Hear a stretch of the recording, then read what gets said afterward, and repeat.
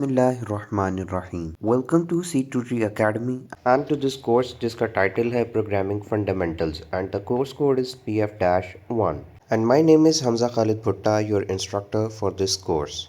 This is part 2 of lecture number 1 of module 1. Let's get started and try to summarize what we have done so far in lecture number 1 part 1. So far we have seen कि what is problem solving. कि अगर हमें कोई problem आती है तो सबसे पहले हम क्या करते हैं कि उसको अच्छे तरीके से समझते हैं, क्योंकि अगर हमें एक प्रॉब्लम ही समझ नहीं आएगी तो हम उसका अच्छा सोल्यूशन नहीं निकाल सकते। आफ्टर अंडरस्टैंडिंग द प्रॉब्लम हम उसका सोल्यूशन निकालते हैं। ज़रूरी नहीं कि एक प्रॉब्लम का एक ही सोल्यूशन हो, बल्कि एक प्रॉब्लम के एक से ज़्यादा सोल्यूशन हो सकते हैं and that depends on our requirements और सिनेरियो कि कौन सा सोल्यूशन हमारे लिए बेटर रहेगा उस सिनेरियो के अंदर। और फिर हमने देखा था कि सोल्यूशन को हम algorithm, pseudo code, flow chart या प्रोग्राम की फॉर्म में रिप्रेजेंट कर सकते हैं।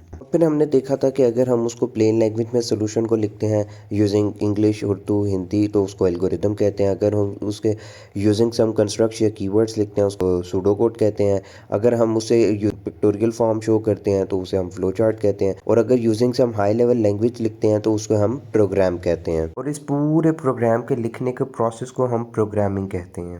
After that we were discussing how we can communicate with the computer, because हम जो लैंग्वेज यूज़ करते हैं वो नेचुरल लैंग्वेज कहलाती है, लेकिन कंप्यूटर को सिर्फ जीरोज एंड वन की ज़ुबान में समझ में आती है जिसको हम बाइनरी लैंग्वेज कहते हैं।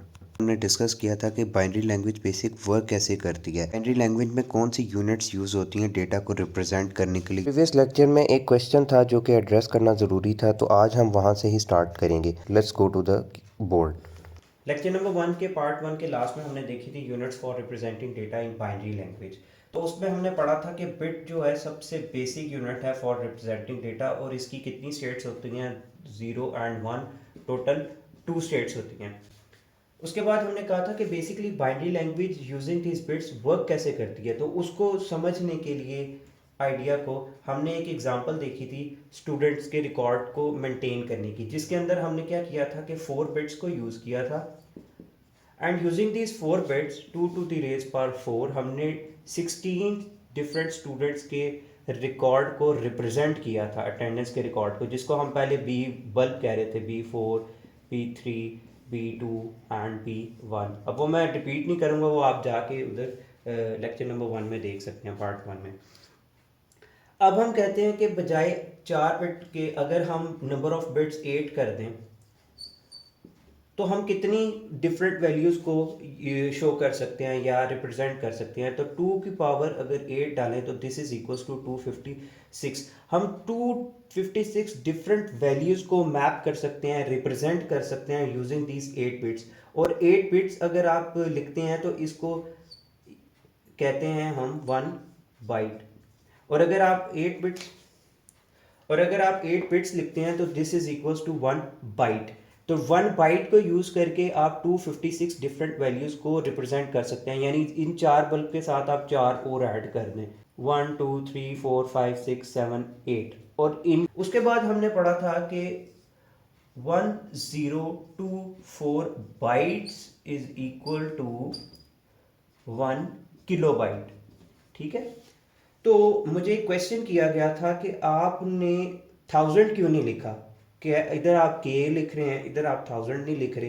तो वो बेसिकली कहने को 1000 ही होता है, लेकिन अब जब लिखते हैं ना 2 की power 10, this is basically equals to 1024। कभी भी आपको, तो जब आप 2 की पावर 10 लिखते हैं ना तो कभी भी आपको एग्जैक्टली 1000 नहीं मिलता, उसकी वैल्यू कितनी इक्वल होती है, 1024।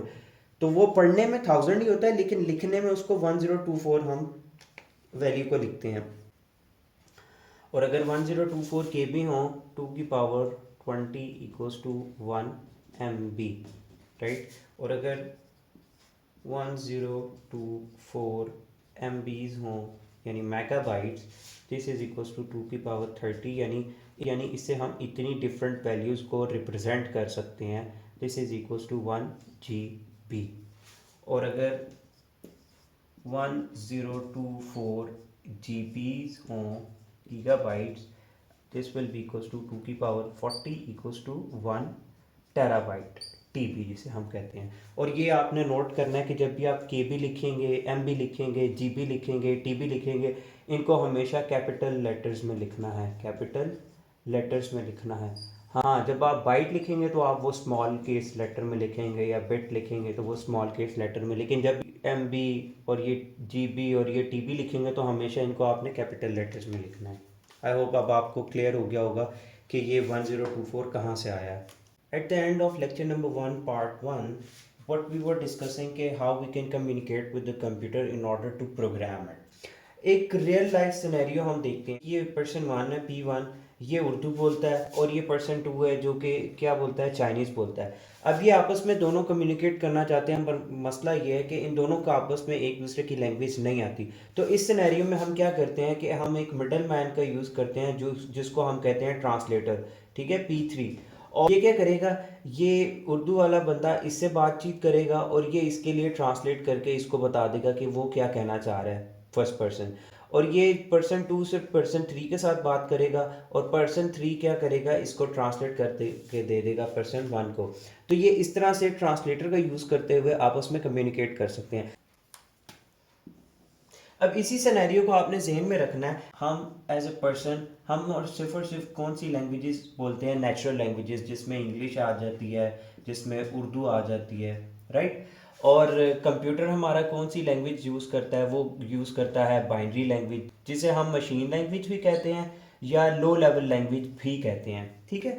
अब एज ए पर्सन हम इसको प्रोग्राम कैसे कर सकते हैं, इसके साथ कम्युनिकेट कर सकते हैं यूजिंग अ ट्रांसलेटर, जिसे हम कंपाइलर या इंटरप्रेटर भी कहते हैं। लेकिन हम नेचुरल लैंग्वेज में कभी भी अपना प्रोग्राम नहीं लिखते। हम कौन सी लैंग्वेज सीखते हैं, इसके लिए हम हाई लेवल लैंग्वेजेस सीखते हैं, जो कि हम आगे जाकर सीखेंगे। उन हाई लेवल लैंग्वेजेस में कौन सी लैंग्वेज आ सकती है, आ जाती है Java, C, C plus plus, JavaScript, Python. These are some of the example of high level languages जो कि हम सीखते हैं in order to communicate with our computer. लेकिन दरमियान में क्या होता है, उस प्रोग्राम को ट्रांसलेट किया जाता है इनटू मशीन कोड। ये जो, तो ये वाला करने की हमें ज़रूरत नहीं है। हम इस कोर्स में क्या सीखेंगे, ये वाली, इनमें से कोई भी हाई लेवल लैंग्वेज सीखेंगे, ताकि हम अपना प्रोग्राम लिख सकें और उस प्रोग्राम को ट्रांसलेटर या कंपाइलर के ज़रिए से वो हमारे मशीन कोड के अंदर कन्वर्ट कर देगा, और इस तरह से हम क्या कर सकते हैं, अपनी कम्युनिकेशन डेवलप कर सकते हैं with our computer. I hope कि आप लोगों ने कुछ नया सीखा होगा, और अगर आपकी कोई क्यूरी है, कोई क्वेश्चन है आपके माइंड में, feel free to ask, and thank you so much for watching and subscribe to our channel for more videos.